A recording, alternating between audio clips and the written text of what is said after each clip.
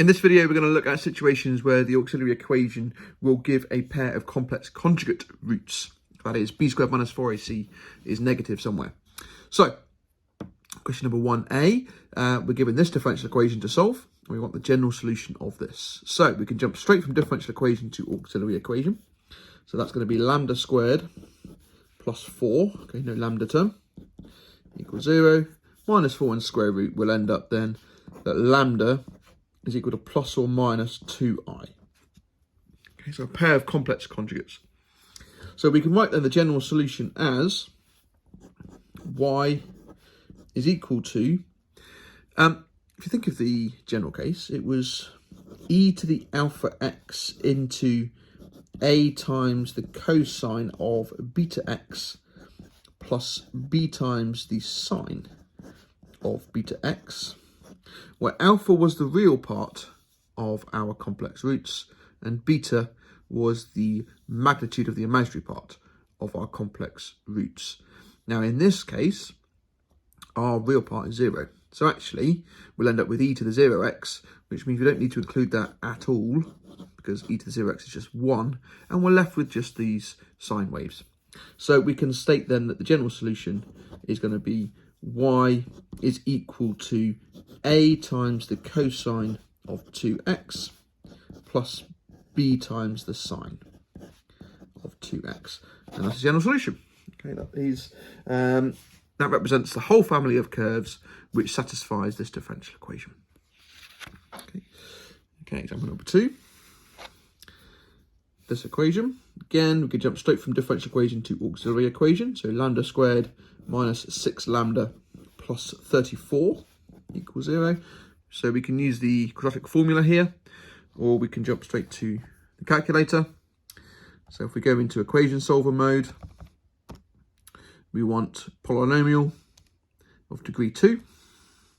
And then we're going to put in our coefficients. So we've got 1 lambda squared minus 6 lambda plus 34, and making sure that you are in complex mode on the GDC. It will give you the complex roots. If you've got the other Casio, the non-GDC one, you can still do this and it'll still give the roots. And we get 3 plus or minus 5i. If you use a quadratic formula, you obviously get the same answer, but we can jump straight from auxiliary equation to roots. Okay, now it's what we do with those roots. We've solved this equation. We've spotted that these two roots are a pair of complex conjugates. So therefore, we're going to use this case here, which we looked at in a video a little while ago now. And we're going to state the general solution. This time z is a function of t. So we're going to end up with z as being equal to e to the 3t. Okay, it's e to the power of the real part of lambda times t into an arbitrary constant times the cosine of the imaginary part times t, plus another arbitrary constant times the sine of the imaginary part times t. There we go. That is the general solution of this differential equation. Okay, let's have a look at some particular solutions. All right, now this is a boundary value problem because we've got conditions where we've got two different x values, x is 0 and x is pi on 4. So it's not initial condition, it's boundary condition. And here's a differential equation, and it's got two different points that we want it to pass through. Okay, so jump straight from differential equation to auxiliary equation. So it's going to be 4 lambda squared plus 4 lambda plus 17 is 0. And again, you can either use quadratic formula or jump straight to the GDC, and that gives us minus a half plus or minus 2i, and lambda equals minus a half plus or minus 2i, and then from there we can state the general solution. Yes, x is a function of t. Just make sure you're paying attention as to what is a function of what. So x is e to the minus t on 2, or minus a half t, okay, the real part, into an arbitrary constant times the cosine of the imaginary part times t, plus b times the sine of the imaginary part times t. Okay, so there's my general solution. Particular solution, I'm now going to use these two conditions to give me a pair of simultaneous equations in A and B, and then I can state my answer. So if it's going to go through 0, 2, that is t is 0, x is 2, we're going to get that 2 is equal to e to the 0, which is 1, times a times cos of 0, which is a, plus b times sine of 0, which is nothing. So we end up with a equals 2. And then we can do the same thing with pi on 4. So when t is pi on 4, x is 1. So I'm going to end up with 1 is equal to e to the minus pi on 8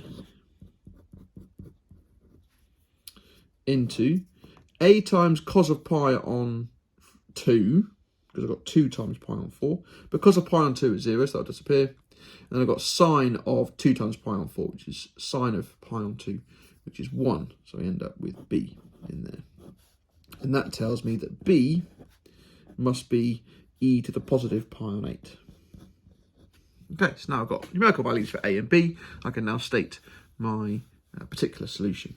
So therefore, x is equal to e to the minus t on 2 into a, which is 2, times the cosine of 2, plus b, which was e to the pi on 8, times the sine of 2t. And that's my particular solution. That is the only equation, or the only curve, which will satisfy this differential equation and go through those 2 points. Okay. All right, and one final example.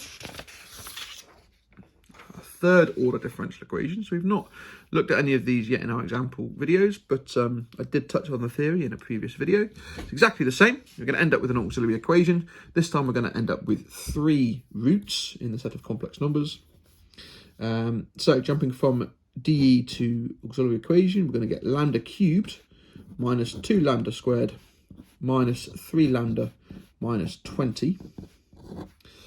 Again, I'm going to jump to my GDC here.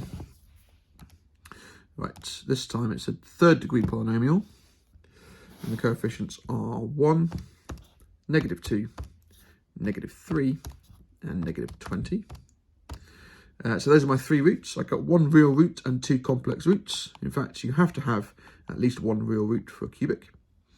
And then the complex roots are conjugates. So I get lambda is 4. And then I've also got -1 plus or minus 2i. Okay, so I've got 3 roots, and I can now state my general solution. Again, x is a function of t. So x is going to be equal to, this real root is going to give me an ae to the 4t. And then I've got complex conjugate roots. So I'm going to get e to the real part, which is minus t.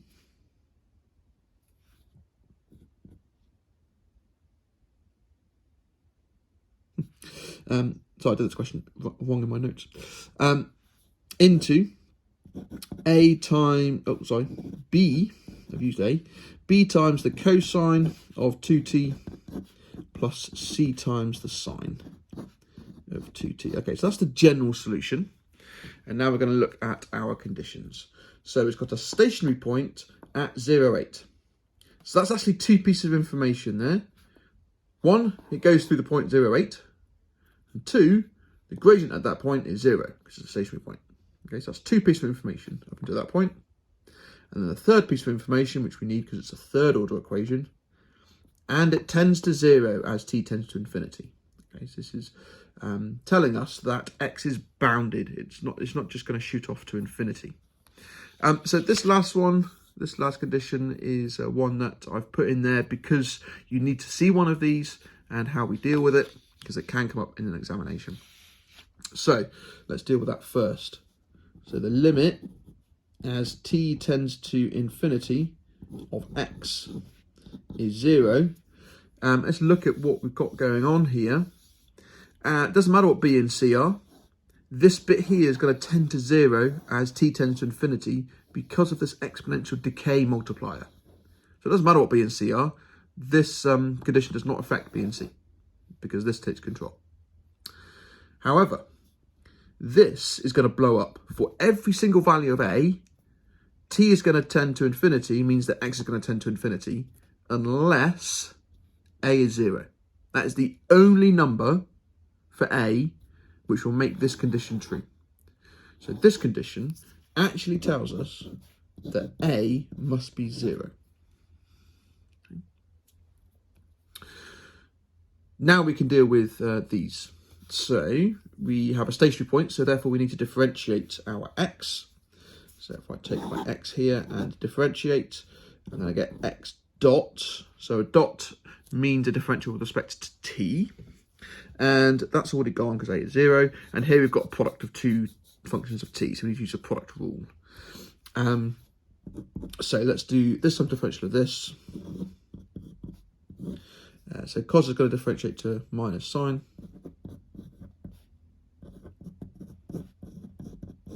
And then sine is going to differentiate to cos.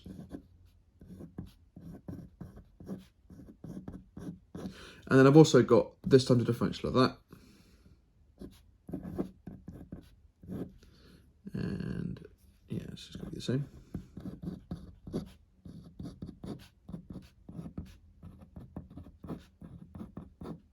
Okay. And I'm going to factorise that to make it look a little bit nicer. So I can pull the e to the minus t out because that's common in both of those. And then I'm also going to factorise the coefficients of sine and cos. So let's do cos first. That's the only one that's got a positive. So we're going to have 2c there. And then here we've got a negative b. That's times the cosine of 2t. And then the sines are both negative here and here. So I'm going to do negative 2b plus c times the sine of 2t. You don't have to write that line, but I do think it makes the calculations that are coming up just a little bit easier to work with. Okay, now we are ready to use our conditions. So stationary point when x is 0 and t is 0 and x is 8. So that means it has to pass through the point 0, 8. That tells us that 8 must be equal to, that's already 0, so we can ignore that. E to the 0 is 1, b times cos of 0 is b, and then c times sine of 0 is nothing, so I get that b is 8. And then I also have the differential, so x dot when t is 0 is 0, because it's a stationary point. And that is going to tell me that x dot 0 is equal to, e to the 0 is 1. This time I've got 2c minus b times 1. But then I've got minus 2b plus c times 0, so that disappears. But I already know that b is 8. So that tells me then that c must be 4.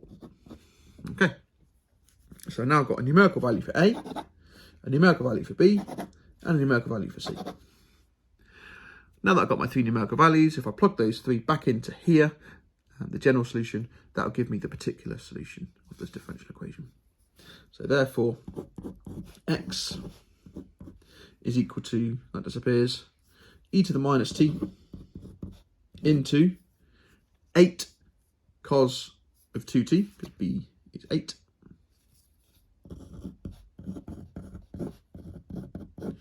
plus 4 sine of 2t.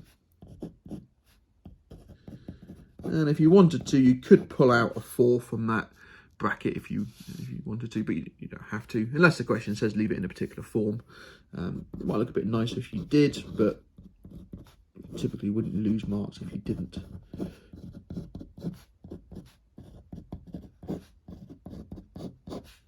There we go. And that is the particular solution.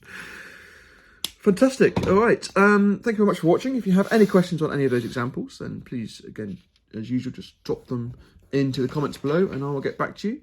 And in the next video, we're going to have a look at situations where we have repeated real roots.